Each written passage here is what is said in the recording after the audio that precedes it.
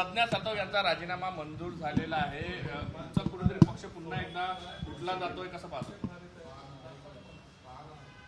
बघा, एक कुठल्या कारणाने तिने राजीनामा दिला आणि BJPने काय प्रलोभन दिलं, कारण की दुसऱ्या पक्षातली लोक BJP प्रलोभन देऊन, कोणाला पैशाचं प्रलोभन, कोणाला पदाचं प्रलोभन देऊन लोक फोडते आहे. जो BJPला जो सत्तेचा माज आलेला आहे, ज्याला लोकशाही मान्य नाही, असा या BJPच्या काय प्रलोभन त्यांना मिळालं हे वेळ सांगेल. पण झालेली घटना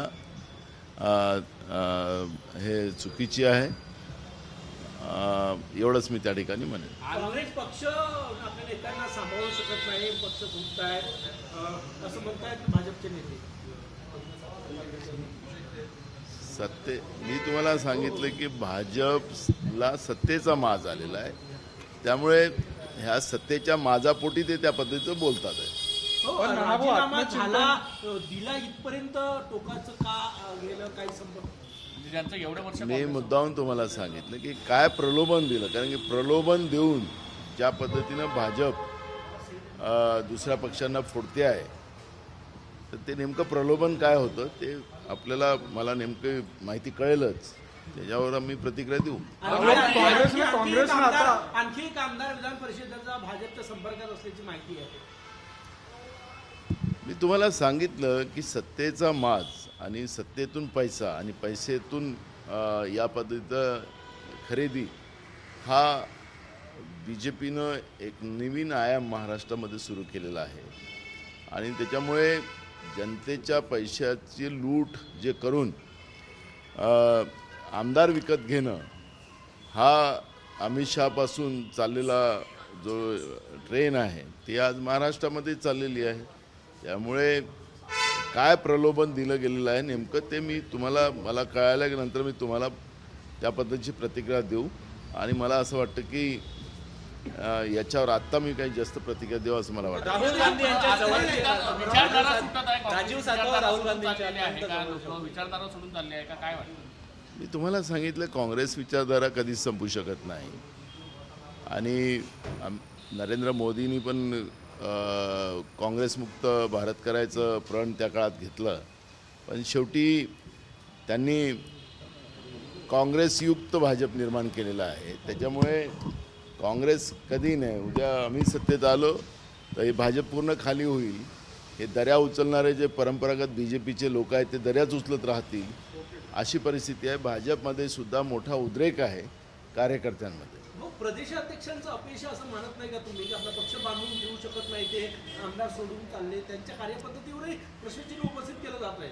नाही, त्याच्यावर आमच्या पक्षांतर्गत बाब आहे, ते आम्ही बसून त्याच्यावरची चर्चा करू. राहुल गांधी यांच्या जवळचे होते, राहुल गांधी यांच्या अत्यंत जवळचे होते राजीव सातव, त्यामुळे राजीव सातव होते. हो, आता प्रज्ञा सातवच्या राजीनाम्यानंतर तुमचं विधान परिषदेमध्ये जे संख्याबळ आहे ते कमी होईल आणि त्यामुळे आता काँग्रेसला जे विरोधी पक्षनेता पद हवं होतं त्याच्यावर आता या राजीनाम्याचा परिणाम होईल. खरं तर यांना विरोधी पक्ष नेतेपद द्यायचंच नव्हतं. आणि ज्यांना लोकशाहीच मान्य नाही, ज्या भाजपला, ज्यांना संविधानच मान्य नाही, या अधिवेशनामध्ये बिना विरोधी पक्ष नेत्यांनी या अधिवेशन चाललं. जनतेचे प्रश्न मांडायचे आणि ते सोडून घ्यायची ही लोकशाहीतली व्यवस्था आहे. काँग्रेसनी अनेकदा ज्या ठिकाणी त्यांचे 2 खासदारही नव्हते ते 2 खासदार आणून देऊन त्यांना विरोधी पक्ष दिलं गेलं होतं इंदिराजीच्या काळामध्ये. हाही इतिहास काही लपलेला नाही. लोकशाहीमध्ये 2 चाकं जी असतात, एक सत्तेची आणि एक विरोधाची, ती जी काही भूमिका आहे, जी काही परंपरा आहे, ती भाजपने मोडकीच काढलेली आहे. त्यामुळे संख्याबळ हा विषय नसतो. त्याच्यामध्ये 2 आमदारांनाही सुद्धा काँग्रेसनी विरोधी पक्ष पद दिलेलं होतं. त्यामुळे लोकशाहीची जाण जी काँग्रेसने ठेवली ती भाजपकडे नाही, त्यांना संविधानच मान्य नाही. त्याच्यामुळे एक कमी झाला की जास्त झाला याची चर्चा होऊ शकत नाही. काँग्रेस आत्मचिंतन करणार आहे का? नेते सतत सोडून चालले तुम्हाला, भाजप. मी तुम्हाला मगाशी सांगितलं की याच्यामध्ये पक्षांतर्गत बसून त्याच्यावरचं चिंतन होईल. काय चुका असतील त्या आम्ही दुरुस्त करण्याचा प्रयत्न करू. हो, तुम्ही दिल्ली हायकमांडला हे सगळं समजावून सांगणार का ज्या पद्धतीनं पक्षाला आता गळ लागलेली आहे ही भविष्यात? मी तुम्हाला सांगितलं की हे पक्षांतर्गत बाब आहे आणि आम्ही बसून याच्यावरची चर्चा करू. आणखी काही लोकं सोडून जाणार आहे, त्यांचा पक्षप्रवेश थांबवण्यासाठी तरी काही प्रयत्न होणार आहे का? काही नावं कळू शकली आहे का तुम्हाला? नाही, कोण चाललंय, कोण संपर्कात? आम्ही सगळ्यांच्या संपर्कात आहोत आणि असं कोणी पक्ष सोडून जात नाही. कोकाटे यांनी कंत्राटदारांना खुश करण्यासाठी जे आहे ते मोठा भ्रष्टाचार केला जातं जे चर्चा आहे सिडकोमध्ये काही कंत्राटदारांना खुश करण्यासाठी नियमाची मोडतोड करून जे आहे ते त्या ठिकाणी भ्रष्टाचार केला जातो. तुम्हाला महाराष्ट्रातलं असं एक डिपार्टमेंट नाही, एक सिंगल डिपार्टमेंट नाही त्याच्यामध्ये. आता आपण पाहिलं असेल की परवा सरकारने 280 कोटी रुपये गोरक्षण करणाऱ्या संस्थांना त्यांनी देण्यासाठी काढून ठेवले. मला एक सांगा की 10% या 15% गोरक्षण संस्था या चांगल्या आहेत, त्याला काही विरोध करायचं कारण नाही. मी विधानसभेतही बोललो. पण अनेक संस्था अशा आहेत की पोलीस आणि गोरक्षण मिळून शेतकऱ्याला लुटताय आणि शासनाची तिजोरी वेगळी लुटतात आहेत. 50 रुपये रोज एका गाईला ते सरकारकडून दिले जातात. म्हणजे हे गोरक्षण संस्था यांच्या तथागत गथित जे काही संस्था आहेत भाजपच्या, त्यांना हे जनतेचे पैसे लुटून देतात आहेत. त्यामुळे असं एक डिपार्टमेंट नाही. मी उदाहरण दिलं की नुसतं सिडकोच नाही, एक डिपार्टमेंट नाही की या महाराष्ट्रामध्ये जनतेचे पैसे लुटून महायुतीचे लोक कसं आपले लोकांचे बोके भरतात आहेत आणि राज्याचा भकास कसा करतात हे आपण पाहिलंच आहे. मंगेश कुडाळकर जे शिंदे सेनेचे आमदार आहेत त्यांच्यावर सार्वजनिक निधीचा गैरवापर केल्याप्रकरणी गुन्हा दाखल करण्याचे आदेश दिलेले आहेत. अनेक आहेत ना. मी तुम्हाला नुसतं संजय कुडाळकर नाही, या सरकारमध्ये भाजपचे आमदार असतील, भाजपचे मंत्री असतील, सेनेचे मंत्री असतील, सेनेचे आमदार असतील, अजित पवारांचे आमदार मंत्री असतील, अनेक लोकांनी सत्तेचा दुरुपयोग केलेला आहे, आपल्या पदाचा दुरुपयोग केला. आमदार निधीमध्ये मोठ्या प्रमाणात गडबड केलेली आहे, काम न करता पैसे घेतलेले आहे, हे अनेक आहेत. आणि त्याचं आम्ही तर मागणी करणार आहोत की एक सार्वजनिक चौकशी या सगळ्यांची केली गेली पाहिजे आणि अधिकारीसुद्धा त्यांना कुठल्या दबावाच्या खाली आणून या पद्धतीनं आमदार निधीची अफरातफर करण्याचं पाप या महायुतीच्या सगळ्या व्यवस्थेने केलेलं आहे ते आपल्याला पाहायला मिळणार.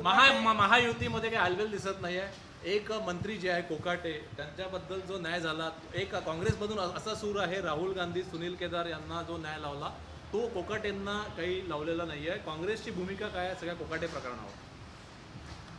बघा, मी क्लिअर आहे की राहुल गांधी आणि सुनील केदार यांना चुकीच्या प्रकरणात अडवण्याचा प्रयत्न केला, त्यांचं सदस्यत्व रद्द करण्यात आलं.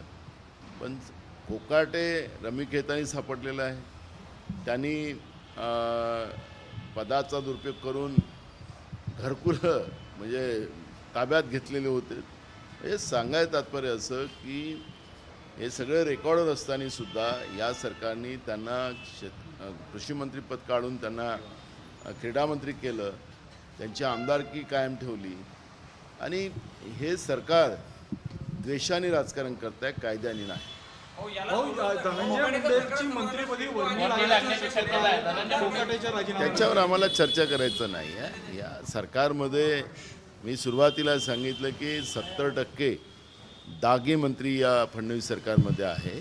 त्यामुळे याची वर्णी लागेल की त्याची वर्णी लागेल त्याच्यावरची चर्चा करायचं काही आमचं कारण नाही. पण धनंजय मुंडेंनी काल अमित शहाची भेट घेतली. सुनील तटकरेंच्या माध्यमातून कुठेतरी राष्ट्रवादीमध्ये पण अजित पवार आणि तटकरे असे 2 गट झाल्याचं दिसतं आहे ना.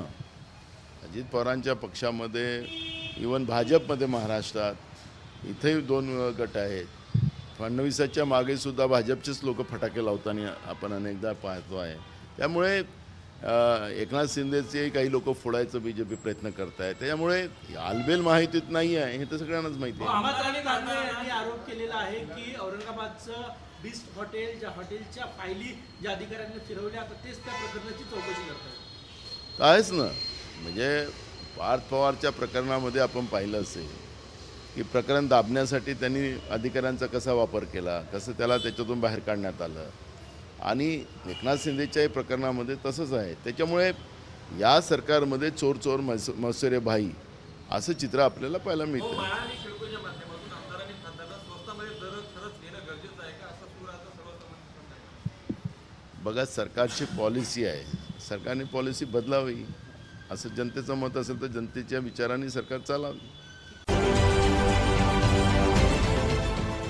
देश विदेशातील प्रत्येक घडामोडींचे लाईव्ह अपडेट मिळवण्यासाठी आता साम टीव्हीच्या सर्व सोशल मीडिया प्लॅटफॉर्मला लाईक, फॉलो आणि सबस्क्राईब करा. तसंच सर्व नोटिफिकेशनसाठी बेल आयकॉन प्रेस करायला विसरू नका.